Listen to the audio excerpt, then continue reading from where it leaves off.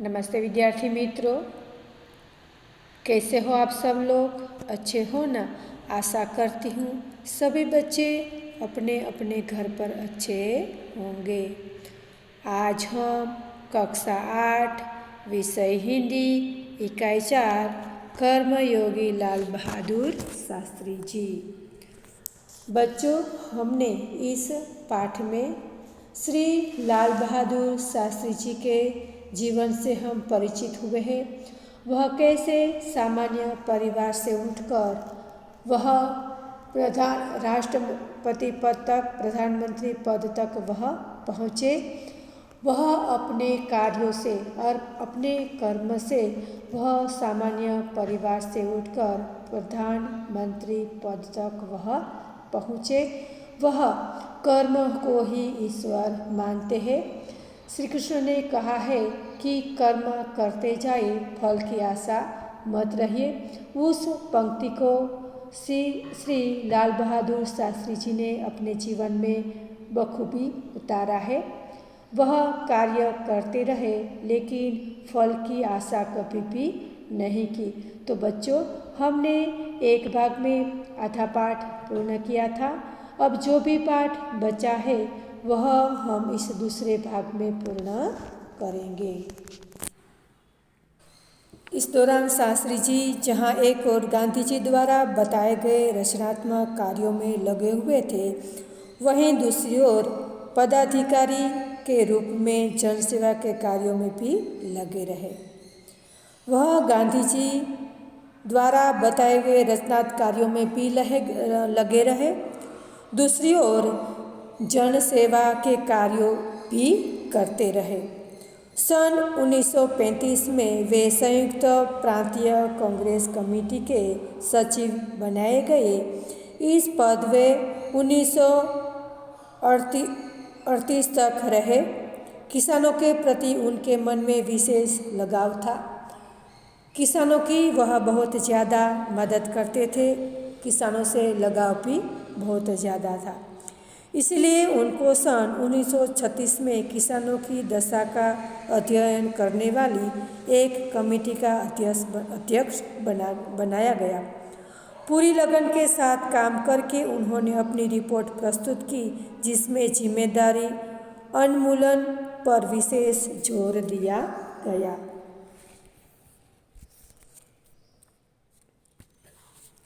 इसके बाद वे 6 वर्षों तक इलाहाबाद के 6 वर्षों तक वे इलाहाबाद की नगर पालिका से किसी न किसी रूप में जुड़े रहे। मैं समझता हूँ कि इस अनुभव ने भी शास्त्री जी के व्यक्तित्व और चिंतन को नागरिकों के समस्याओं से निकट से परिचित कराया। शास्त्री जी नगर पालिका में किसी न किसी रूप से जुड़े रहे। शास्त्री जी के व्यक्तित्व में चिंतन और नागरिकों की समस्याओं से निकट से परिचित कराया गया। उसके पास ग्रामीण जनजीवन का अनुभव था, क्योंकि वह मध्यम वर्गीय परिवार से आते थे, इसीलिए, और गांव से भी, इसीलिए उसको गांव के जीवन का ज़्यादा अनुभव था। अब इसके साथ इलाहाबाद नगर पालिका ने सेवा को भी अनुभव जोड़ दिया था। लोकतंत्र की इस आधारभूत इकाई में कार्य करने के कारण वे देश की छोटी छोटी समस्या और उनके निराकरण की व्यवहारिक प्रक्रिया से अच्छी तरह परिचित हो गए थे। वह किसानों के साथ साथ देश की छोटी मोटी समस्याओं का निराकरण लाने में भी अच्छी तरह परिचित हो गए थे। उस समस्याओं को कैसे सुलझाया जाए, उसमें भी वह परिचित हो चुके थे। कार्य के प्रति निष्ठा और मेहनत करने की अदम्य क्षमता के कारण सन 1937 में वे संयुक्त प्रांतीय व्यवस्था का सभा के लिए निर्वाचित हुए। सही मायने में यहीं से शास्त्री जी के संसदीय जीवन की शुरुआत हुई, जिसका समापन देश के प्रधानमंत्री पद तक पहुंचने में हुआ। शास्त्री जी को भारतीय जीवन नीति की इतनी सही और गहरी पकड़ थी कि श्रीमती इंदिरा गांधी ने उन्हें अपना राजनीतिक गुरु मानते हुए कहा था कि उन्हीं के मार्गदर्शन में मेरा राजनीतिक जीवन शुरू हुआ। सन 1935 में संयुक्त प्रांतीय कांग्रेस कमेटी के सचिव भी बने शास्त्री जी। 1936 में किसानों की दशा का अध्ययन करने वाली कमेटी के अध्यक्ष भी बनाए गए। उसकी जो रिपोर्ट उन्होंने पेश की उनमें जिम्मेदारी उन्मूलन विषय पर विशेष जोर दिया गया था। वे 6 वर्षों तक इलाहाबाद की नगर पालिका से भी जुड़े रहे। इस प्रकार विभिन्न पदों पर काम करते हुए उन्हें देहाती और शहरी जनता की विभिन्न समस्याओं से परिचित होने का अवसर भी मिला, उन्हें सुलझाने का अवसर भी उन्हें मिला। सन 1947 में वे संयुक्त प्रांत की व्यवस्थापिका सभा के लिए वह चुने गए। यह उनके सांसदीय जीवन की शुरुआत। देश की आज़ादी के बाद उत्तर प्रदेश तथा केंद्र सरकार में शास्त्री जी भी भिन्न भिन्न पदों पर रहे। आज़ादी यानी कि स्वतंत्रता के बाद शास्त्री जी अलग अलग स्थानों पर रहे। उत्तर प्रदेश में उन्हें गृहमंत्री बनाया गया। बाद में पंडित नेहरू के अनुरोध से, पंडित नेहरू के सूचन से उन्हें केंद्र में लिया गया। केंद्र में उन्होंने रेल और परिवहन, संचार, वाणिज्य, उद्योग और गृह जैसे महत्वपूर्ण मंत्रालयों में मंत्री पद संभाला। इन पदों पर रहते हुए शास्त्री जी ने अपनी जिस प्रशासकीय दक्षता का प्रमाण दिया वह हमारे देश के लिए एक उदाहरण है। अपने मंत्रालयों के कार्यों में उनका दृष्टिकोण अत्यंत व्यावहारिक तथा सभी प्रकार की औपचारिकताओं से परे होता था। वे अपने को कभी भी अपने पद के कारण ऊंचा नहीं मानते थे। शास्त्री जी का पद जिन भिन्न भिन्न पदों पर उन्होंने काम किया, उस पद बड़े होने के कारण भी कभी भी शास्त्री जी अपने आप को बड़ा नहीं समझते। उनकी बड़ी सीधी सी धारणा थी कि वे जनता के शासक नहीं बल्कि जनता के सेवक बने रहे। ऐसी भावना से कार्य करने के कारण उन्हें अपने मंत्रालय में तो लोकप्रियता मिली ही थी, साथ सारे देश में भी लोकप्रियता मिली।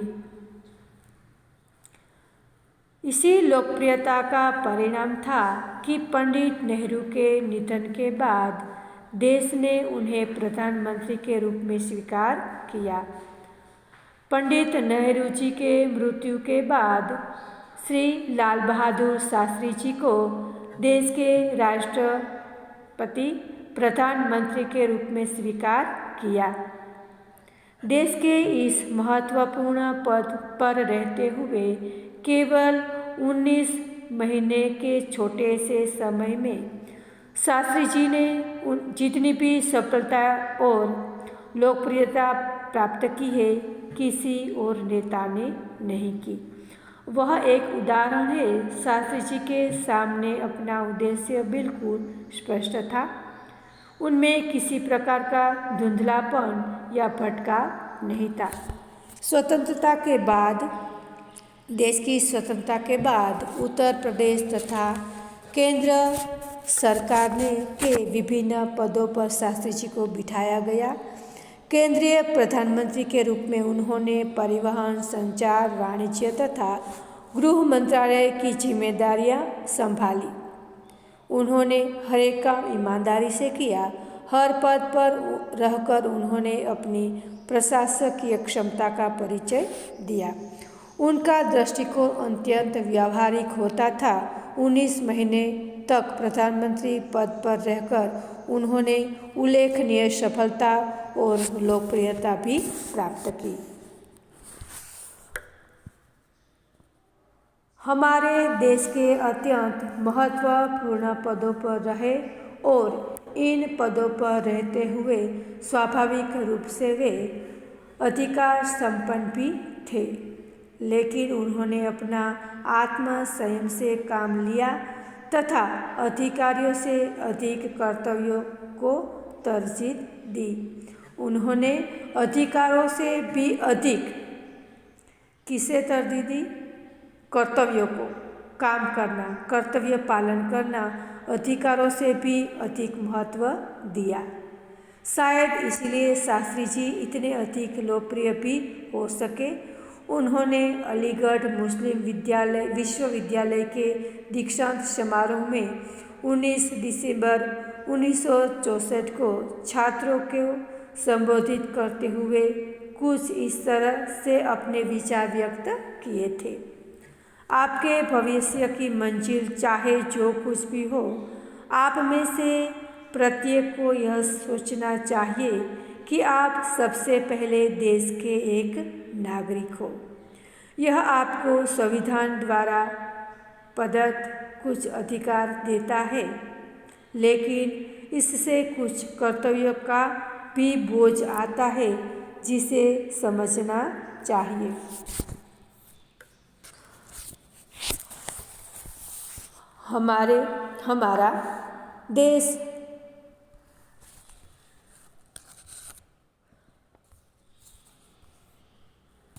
हमारा देश प्रजातांत्रिक है जो निजी स्वतंत्रता देता है, लेकिन इस स्वतंत्रता का उपयोग एक व्यवस्थित समाज के हित में अच्छे से लगाए गए प्रतिबंधों के तहत होना चाहिए।